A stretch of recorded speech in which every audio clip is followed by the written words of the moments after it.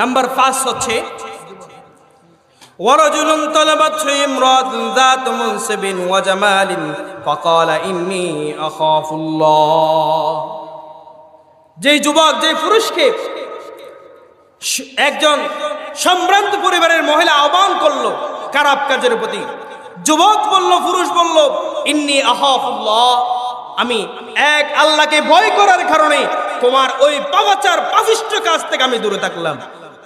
আল্লাহ রাসূল সাল্লাল্লাহু আলাইহি ওয়াসাল্লাম ইরশাদ করছেন কিয়ামতের ময়দানে আর সাজিবের নিচে ওই পুরুষকে, ওই যুবককে ছায়া প্রদান করবেন।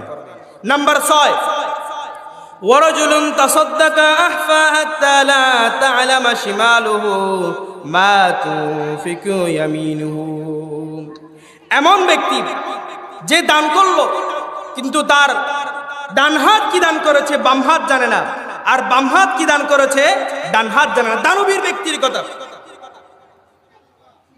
রাসূল করিম সাল্লাল্লাহু আলাইহি ওয়াসাল্লাম জানিয়ে দিচ্ছেন, ওয়ারাজুলুন তাসাদ্দাকা আহফা হাত্তা লা তা'লামা শিমালুহু মা তুনফিকু ইয়ামিনুহু। এমন গোপনে দান করলো, আল্লাহর রাস্তায় দান করলো, এমন গোপনে দান করলো মানুষকে দেখানোর জন্য নয়। তার ডান হাতে দান করেছে, বাম হাতে দেখে নাই। গোপনে গোপনে যারা দান করে তাদের গোপনের দানের ব্যাপারে বলা হচ্ছে আরশে আজিমের নিচে তাকে ছায়া প্রদান করা হবে।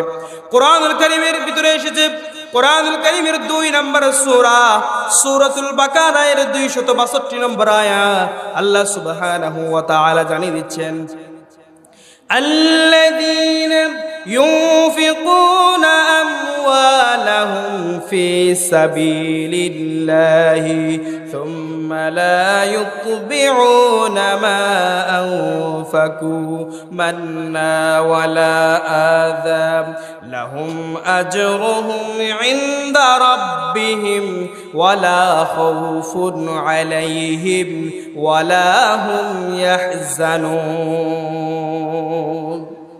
এমন ব্যক্তির কথা বলা হলো আল্লাযীনা ইউনফিকুনা আমওয়ালাহুম ফি সাবিলিল্লাহ, যারা আল্লাহর রাস্তায় দান করে গেল, বিনা হিসেবে দান করলো, দান করার পর আবার খোটা দেয় নাই, দান করার পরে মানুষকে আবার দেখিয়ে দেয় নাই, হ্যাঁ আয় দান করতে শুধু এন্ডেলা না হয়।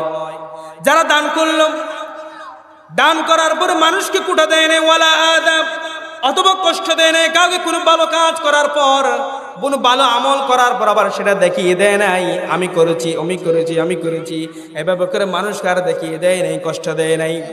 এভাবে করে যে ব্যক্তি দান করলো, আল্লাহ পাক রব্বুল আলামিন বলছেন